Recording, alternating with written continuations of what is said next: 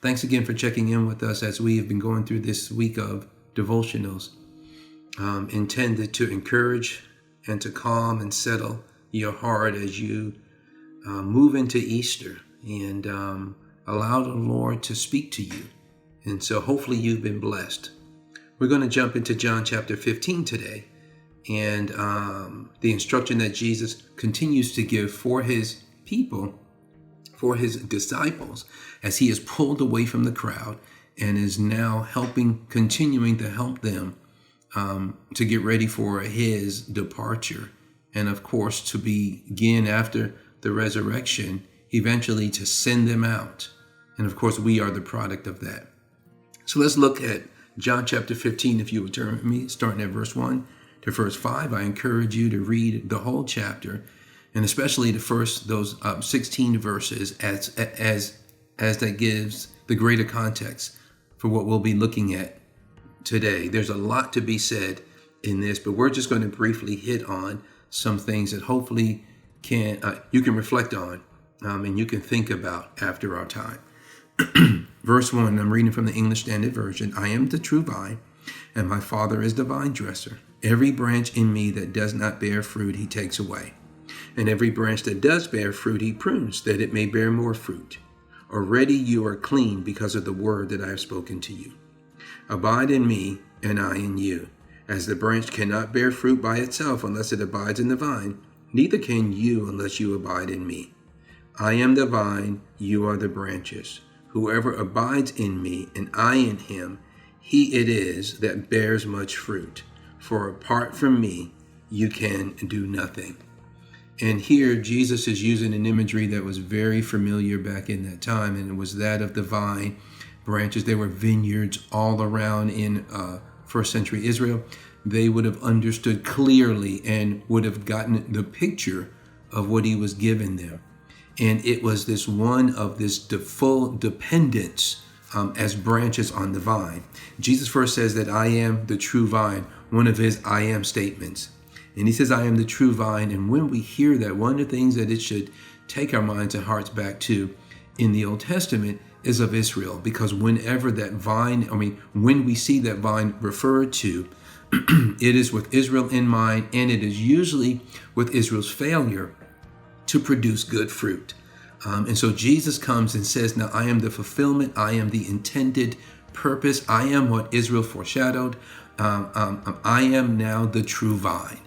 And instead of the apostate people of God, it was now going to be Jesus himself, the God-man, that now will produce good fruit.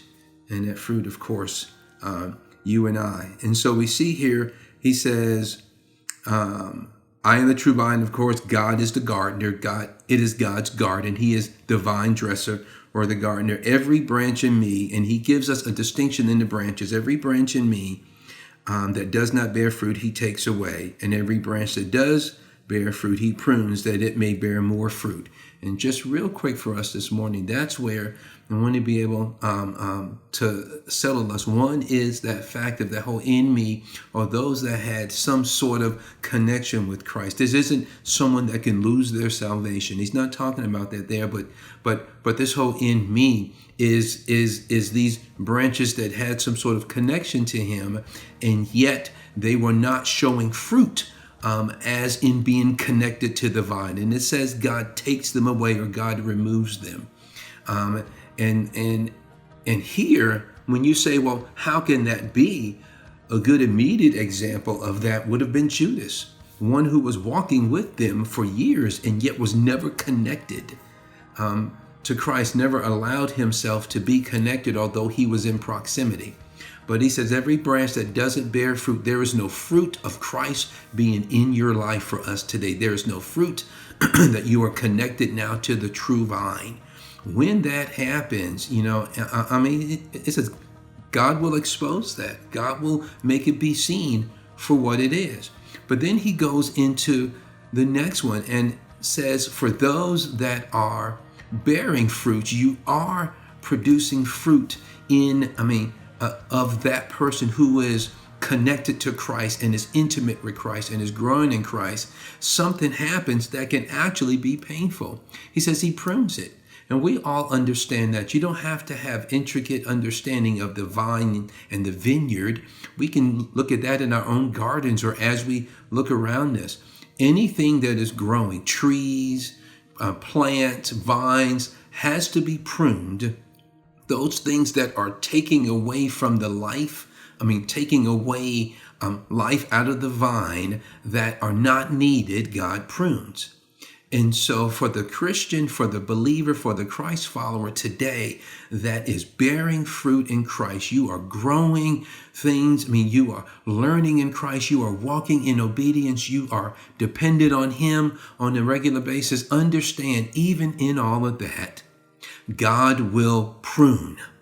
He will cut areas away. He will take away things. And sometimes that taking away is painful so that you would bear even more fruit. Now comes this whole issue of fruit. And what would that fruit be? Well, he talks about later. And it's just more than the rote listening, obeying God, although that is an integral part of it. The imagery of the vine and the branches used there is so that you understand that it is in this connection that the fruit of the vine is produced and lived through its branches. And so we are in this intimate relationship and we are indwelt by that life-giving juice, if you want to say, from the vine. The Spirit of God is in us and is bringing forth life. And even in that, God prunes. God takes away. God cuts areas out of our life. I think of right now and how many ways in which God is pruning many of his children. And he has allowed some things to happen that may be painful, or he has taken some things away that may be painful. And it is not in hatred for his people that he is doing that. It is actually out of love that he is pruning that tree. When we used to live in Europe, we had a number of apple trees in our backyard. And one of the things that I was told about those trees is that after the season, we had to make sure that we pruned them, and that we pruned them pretty hard. It would look like we were cutting away most of the branches from the trees. But they said, if we did not do that, in the next harvest, in the next season that apples grow, you won't have as much. And so I understood that. And I realize today for us is that God prunes. So when God may be cutting away from your life, when God may be trimming, or when he may be seemingly subtracting from you, he is actually getting ready for you to bear more.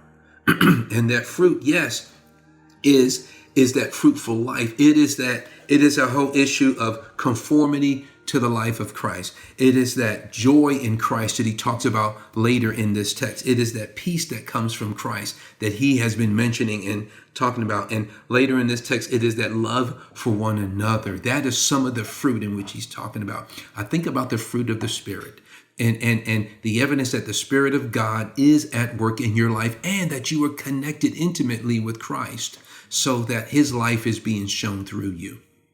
And so understand today that what we are going through for many believers may just be a pruning. And for others, it may show that you are not a part of the vine. And the question will be for you and I, if I'm not a part of the vine, I can be. I can become a part of the vine because his intent is that we bear much fruit. He says, I am the vine, you are the branches. Without me, you can't bear any fruit.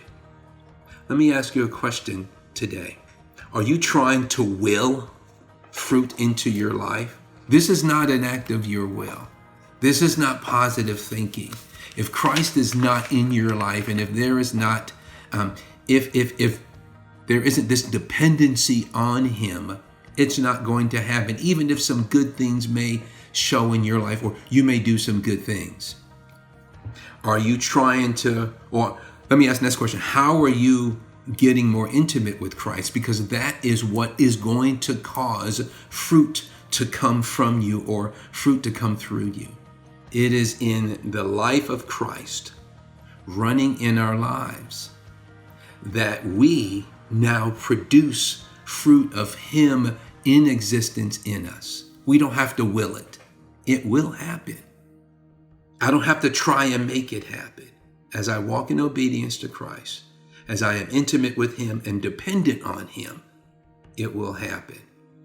So today, when you find yourself living for Christ and living right, and still seemingly going through some painful things, it might be God pruning and trimming and making you ready to produce more.